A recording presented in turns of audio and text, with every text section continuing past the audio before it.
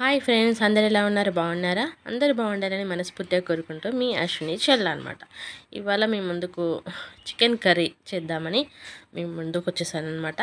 So chicken curry అంటే ఇందులో టమాటా లేకుండా మనం మసాలా గ్రేవీ అనమాట, చికెన్ మసాలా గ్రేవీ తయారు చేస్తున్నాను అనమాట. చూడండి, ముందుగా చికెన్, ఆనియన్స్, గ్రీన్ చిల్లీ నీట్గా కడిగేసి కట్ చేసి పెట్టుకున్నాను అనమాట.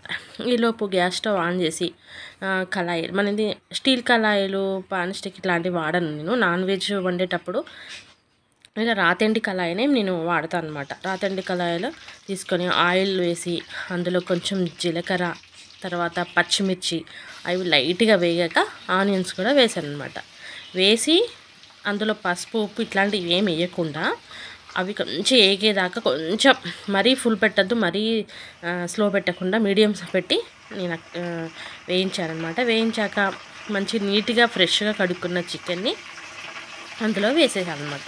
అందులో వేసేసి శుభ్రంగా నీట్గా కడగాలండి కర్రీని. నాన్ వెజ్ని చాలామంది ఏదో వంట అలా కడిగేసి వండుతారు, కానీ 2-3 టైమ్స్ ఈజీగా మంచి ఫ్రెష్గా కడిగితేనే మనకి మంచిది.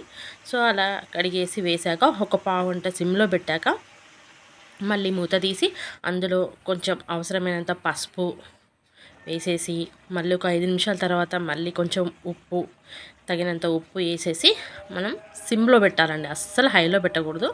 సిమ్లో పెట్టేసి మంచిగా కొంచెం అల్లం వెల్లుల్లి పేస్ట్ కూడా వేయాలి.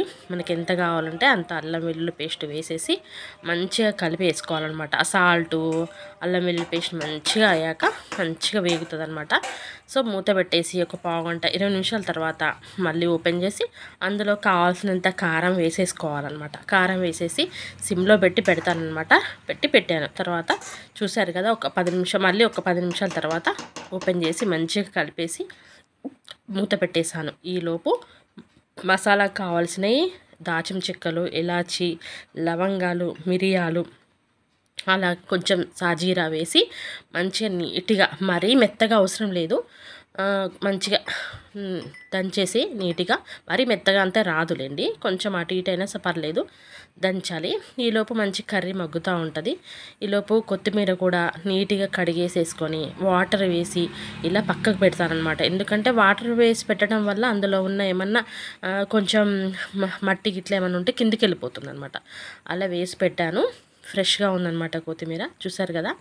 ఈలోపు కర్రీలో ఆ కొత్తిమీర వేసేసి నీట్గా, ఇదంతా సిమ్లోనే పెట్టాలండి, ఆయిల్ అస్సలు పెట్టకూడదు. ఆయిల్ ఎప్పుడు పెట్టాలో మీకు చెప్తాను. సో సిమ్లో పెట్టేసి ఆ కొత్తిమీర వేసేసి నీట్గా కలిపేసుకొని క్యాప్ పెట్టేసి చూసారు కదా. ఈలోపు మనం నెక్స్ట్ మనం వాటర్ వేసేసేయాలన్నమాట. కొత్తిమీర వేసి మగ్గిస్తాం కదా, తర్వాత ఒక గ్లాస్ వాటర్ తీసేసుకొని అందులో పోసి నీట్గా కలిపి మళ్ళీ ఇప్పుడు ఫుల్లో పెట్టాలండి. ఇప్పుడు హైలో పెట్టేసి వదిలేయాలన్నమాట.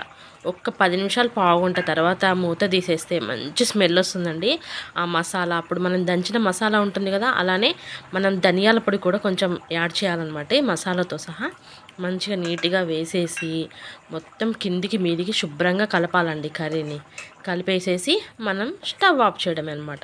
ఇప్పుడు వేడి వేడి చికెన్ మసాలా గ్రేవీ రెడీ అనమాట. సో నేను ఇలా చేస్తాను ఫ్రెండ్స్. మీకు ఈ వీడియో నచ్చినట్లయితే ప్లీజ్ లైక్ చేయండి, షేర్ చేయండి, కామెంట్ చేయండి, సబ్స్క్రైబ్ మాత్రం మర్చిపోవద్దు. Bye friends.